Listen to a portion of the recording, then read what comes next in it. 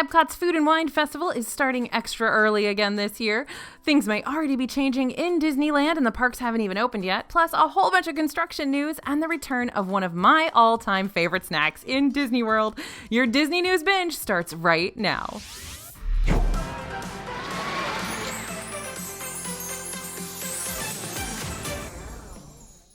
Hey everybody, it's AJ for Disney Food Blog. If you're headed to Disney World in the near future or you're hoping to visit Disneyland for the first time in over a year, we have got news for you today. Spring break is still in full swing and crowds are still large in Disney World, but that means some more food options have reopened. And Disneyland is going to be serving alcohol in more locations this year. We've got a lot to cover, so let's get started. EPCOT's Food and Wine Festival starts July 15th. This is the date that I knew it was going to start because it started July 15th last year, and why in the world would they not give themselves more festival dates? That's right, 2021 EPCOT International Food and Wine Festival starts July 15th, and it will last through November 20th, so that's 4 full months of food and wine. Emile's Fromage Montage is back. If you buy 5 cheesy dishes from the festival booths, you'll get a prize, which is a 6th dish that you can typically only get if you complete the food scavenger hunt. And Remy's Ratatouille Hide and Squeak will return. This is the festival scavenger hunt where you look for Remy statues, and when you find them all, you can get a prize. That isn't food, by the way. And it wouldn't be a post-COVID EPCOT Fest without performances from Voices of Liberty, Mariachi Cobre, and the Jammers, performing as the Jammin' Chefs at Food and Wine. Now, Disney's not yet announced if the Eat to the Beat concert series will return this year. Disney has not yet announced if Eat to the Beat concert series will return this year. It looks like the dates that Taylor Dayne had set to appear in Disney World have disappeared from her tour calendar. So we're going to keep our ear to the ground and let you know if Eat to the Beat is returning. Keep an eye on that newsletter. Official menus for the festival booths have not been announced by Disney. We do know some favorite booths like Canada, Greece, Germany, Hops and Barley, and Appleseed Orchard will be back. Now, Greece hasn't been a booth since 2019, so it's exciting to see that one come back.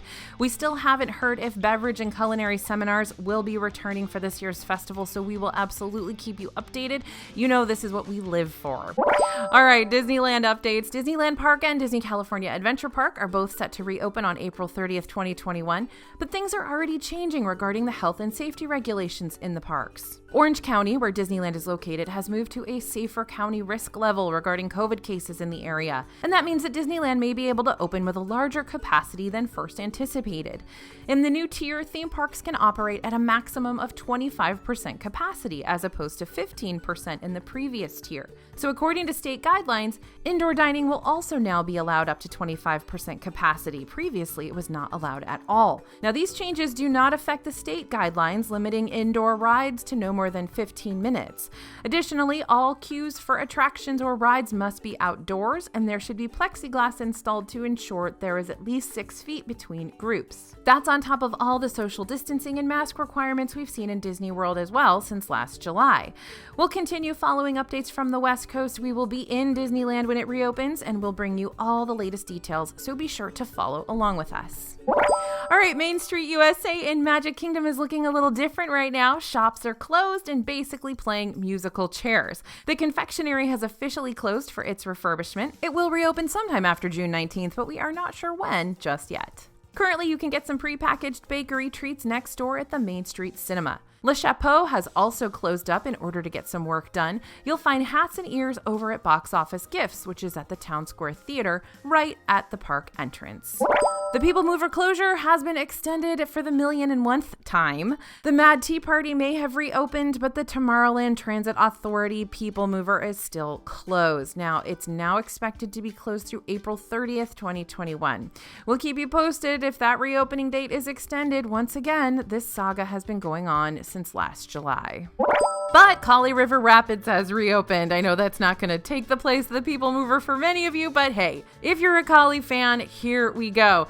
It's reopened a little bit earlier than expected over there in Animal Kingdom. The ride secretly opened on March 30th following its typical winter maintenance. Nothing's changed. Those water rides just need a little extra work that's usually scheduled during the colder months when people aren't looking to get soaked. The Art of Animation pool has reopened. The Big Blue Pool at Disney's Art of Animation Resort, the main pool at that hotel, and Disney World's largest pool, had closed back in January for some refurbishment work. Now the pool and kids' splash pad are both back open for hotel guests. All right, in restaurant and snack news, we've got more breakfast options in Magic Kingdom, probably for a limited time. With larger crowds in the parks comes more food options. That always happens every year. The lunching pad in Tomorrowland has a limited breakfast menu through the spring break season. A breakfast sandwich will be served until 10:30 a.m., and the Cheshire Cattail is available all day long. If you're craving a breakfast sandwich after 10:30, check to see if their A-frame sign is still out. They'll still serve the sandwiches until they sell out for the day. And we've got some brand new waffles and mini waffles at Beach Club Marketplace. Now, you'll find Mickey waffles at loads of places around Disney World, but it's rare to find a mini. We've seen her in Magic Kingdom, we've seen her a couple of other places, but the Beach Club Marketplace over at the Beach Club Resort has her right now. They're also serving Mickey waffles, and it's kind of a gamble whether or not you'll get Mickey or Minnie or both. Still, if you're looking for a quick service breakfast just outside of EPCOT, this might be a good gamble for you. And there's a brand new cookie at Gideons Cookies, and it's a little creepy. So they've debuted a brand new cookie for the month of April. It's inspired by Floridian legend Stuart Valencia. As the story goes, Stuart ate oranges for breakfast, lunch, and dinner until he turned part orange tree, part boy. Yep, kind of spooky. The Orange Pecan Chocolate Chip Cookie, or Orange Pecan Chocolate Chip Cookie, you let me know what you like best, is Gideon's vanilla bean cookie dough infused with orange and mixed with dark chocolate. The outside is coated in South Florida pecan pralines and candied orange peel, and it kind of reminds us of the orange chocolate you get around Christmas time. The orange scent and flavor is really, really strong. This one's $6. It'll be around for the whole month of April. And my favorite news of the week, the Niala Brownie is back. For the first time since the park's reopening, the Niala Brownie, also known as the Peanut Butter Brownie, is back at Animal Kingdom Lodge. Now, if you guys have been following DFB Guide for a long time, you heard me shout from the rooftops about this thing in all of my early videos. It's a Mickey-shaped brownie. It wasn't always. It used to be a round brownie. You guys remember that. And it's topped with peanut butter buttercream that is so unbelievable. It's basically like a peanut butter cookie dough texture, but much sweeter, if you can handle that. And then there's a vanilla buttercream stripe on that. And it's hands down one of my absolute favorite brownies in all of Disney World. If you have the chance to try it, please do. You can grab it for $4.79 at the Magi Pool Bar or at the Mara when it's open. And we got more bunny butts. Amorette's Patisserie at Disney Springs has a new bunny mousse, which is carrot cake with coconut ice cream mousse, and a caramel cream cheese center. It's decorated with some bunny feet and a tail that look like a bunny butt diving into some grass. The flavors all went together. The spice with the carrot cake was delicious with the sweetness of the coconut, but it's definitely a light dessert. You can get it for $9. And loaded hot dogs have joined the menu at Friar's Nook in Magic Kingdom, and gonna be honest, they weren't our reporters' favorites. The loaded buffalo chicken hot dog and tater bites was a weird combo of the buffalo chicken and hot dog. The flavors were just a little bit too different to complement each other, so this one didn't really work out a whole lot for us. The loaded bacon macaroni and cheese hot dog and tater bites was slightly better. The flavors went together, but the mac and cheese just wasn't doing it for us, and the topping to hot dog ratio was a little skewed. You gotta like hot dogs to like these. You can try them for $11.49, and while we didn't love them, they're definitely a filling meal. And it's basically like if you're missing Casey's Corner, then you grab these dogs. They've got that hot dog with mac and cheese and bacon. That was a staple at Casey's, of course. All right, now last week we reviewed one of the new plant-based options that has come to Ronto Roasters in Galaxy's Edge and Hollywood Studios. This week we got to try the breakfast version. The Triple Suns breakfast wrap is made with plant-based egg, smoky chickpea onion slaw, and roasted tomato sauce wrapped in a warm pita. It's got a spicy kick, and we would eat a whole tub of that chickpea slaw. The egg left a little to be desired, but it didn't ruin the dish by any means. This is a solid plant-based breakfast option. You can find it on the menu in the mornings at Ronto Roasters for $11.49. Now, Pinocchio Village House in Magic Kingdom has a new dessert, a classic tiramisu. Now, this isn't the worst tiramisu we've ever had, but it's not authentic Italian by any means. It was kind of mushy instead of soft and creamy. And mushy tiramisu isn't always the best, but still it's a decent portion size, and you can get it for $4.49. Now, are you ready for the most exciting Disney food news this week? Disney World just came out with its own version of the Matterhorn macaroon. The triple mountain range of the Everest Base Camp macaroon is made up of chocolate and coconut macaroons with a snow cap of white chocolate and a flurry of snowflake sprinkles on a base of green tea chocolate crumbs for $5.99. We cannot recommend this treat enough. It is so tasty and an amazing and easily splittable portion size. And for that price, $5.99, that is really not bad for such a huge and dense treat. You're going to find this at Thirsty River Bar in Asia. Animal Kingdom also has 2 fun new mocktails topped with cotton candy. At Isle of Java, you can grab the Cotton Top Lagoon and the Red Crowned Crane. The Cotton Top Lagoon is a frozen blend of blue raspberry and lemonade topped with a wave of cotton candy for $5.49. If you've always dreamt about what cotton candy would taste like in liquid form or you're a big fan of sweet drinks, this might be a good choice for you. And the Red Crowned Crane is frozen Coke and frozen cherry Coke topped with strawberry cotton candy with or without rum. It tastes pretty much identical to every frozen cherry Coke slush, but it comes topped with cotton candy. You can grab this for $12.50 with the rum or $5.49 without. Both drinks are around until April 29th. The Crave the Wave drink over at Restaurantosaurus Lounge in Dinoland, USA will also be around for Earth Month in Animal Kingdom. This drink is made of Snow Leopard vodka, Bowls Blue Curacao, of course, and Minute Maid Premium Lemonade. The drink is very, very blue, which is fun for pictures. It's tangy and tart from the lemonade, but it's got a bit of sweetness as well. Try this one for $14. And we've got 2 more Easter snacks that we tried over at Captain Cook's at Disney's Polynesian Village Resort. The Easter chocolate cupcake is decorated with 3 blue frosting birds nestled in a chocolate frosting nest. Inside the chocolate cupcake is a raspberry cream cheese mousse, so it's pretty and tasty. And very striking looking too, I think. The Easter Bunny chocolate cake is a chocolate cake fashioned to look like the Easter Bunny with white chocolate ears. This cake looks a lot more extraordinary than it tastes. It's just a basic chocolate cake, though a decent chocolate cake.